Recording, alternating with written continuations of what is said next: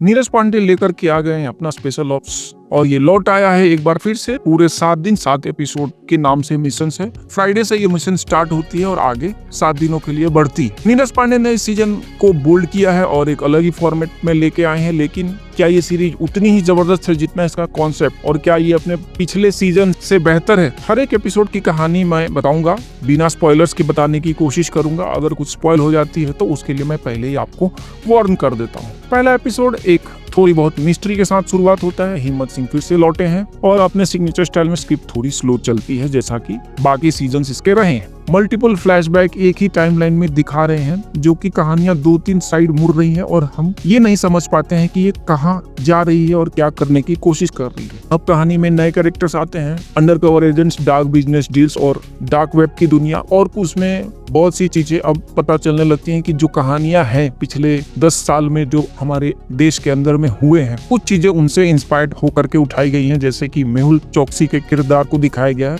हालांकि यहाँ पे नाम उन्होंने बदल दिया है और उसकी एंडिंग भी उन्होंने कर दी है लास्ट में, लेकिन हम सब जानते हैं कि अभी मेहुल चौकसी जो है वो देश से भागे हुए हैं। और एक पेगासस कांड हुआ था, हमारे कहते हैं कि हमारे देश में भी पेगासस सॉफ्टवेयर डाले गए थे ऑपोजिशन नेताओं के डिवाइसेस में, उस चीज का भी यहाँ पे जिक्र है, लेकिन उसको पेगासस नहीं मेगासस करके बोलते हैं। उस चीज को भी इसमें रखा गया है। तीसरे एपिसोड में आपको फाइनल एक जबरदस्त चेंज सीन देखने को मिलेगा, सब कुछ बदल देता है, टेम्पो बढ़ता है और स्टोरी टाइट लगने लगती है। सीरीज का टर्निंग पॉइंट यहाँ से शुरू होना स्टार्ट हो जाता है। फिर चौथे एपिसोड से लेकर के फिनाले तक आपको लगेगा कि अब चीजें क्लियर होती हुई दिख रही है। छठा एपिसोड बुधवार के एपिसोड के नाम से है, जो कि बड़ा राज सामने आता है, जिसमें पूरी कहानी हिल जाती है। यह एपिसोड आपको कुर्सी से बांधे रखेगा। म्यूजिक और कैमरा वर्क शानदार है। सीजन का सबसे दमदार एपिसोड आप इसको कह सकते हैं। फिनाले में सारी बातें सामने आती हैं, कुछ जवाब अच्छे लगते हैं, कुछ अधूरे से लगते हैं। के मेनन हर सीन पर छा जाते हैं। उनका फाइनल मोनोलॉग आपको सोचने पे मजबूर कर देगा। फैसला दमदार है, लेकिन थोड़ा सा रश्ड है। मतलब कि मैंने शुरू में जैसे बताया कि 2-3 कहानियों की टाइमलाइन एक साथ चल रही है, जो कि कहानी को बिखेर दे रही है। जो हमने सीजन 1 और 1.5 में देखी थी चीजें, वो वैसी आपको नहीं लगेंगी। सीरीज देखने में आपको मजा आएगा, लेकिन वो वाली बात नहीं लगेगी। अंतिम राय मेरी ये है कि स्पेशल ऑफ सीजन 2 कोई ब्लास्टिंग थ्रिलर नहीं है, ये एक स्लो बर्न है।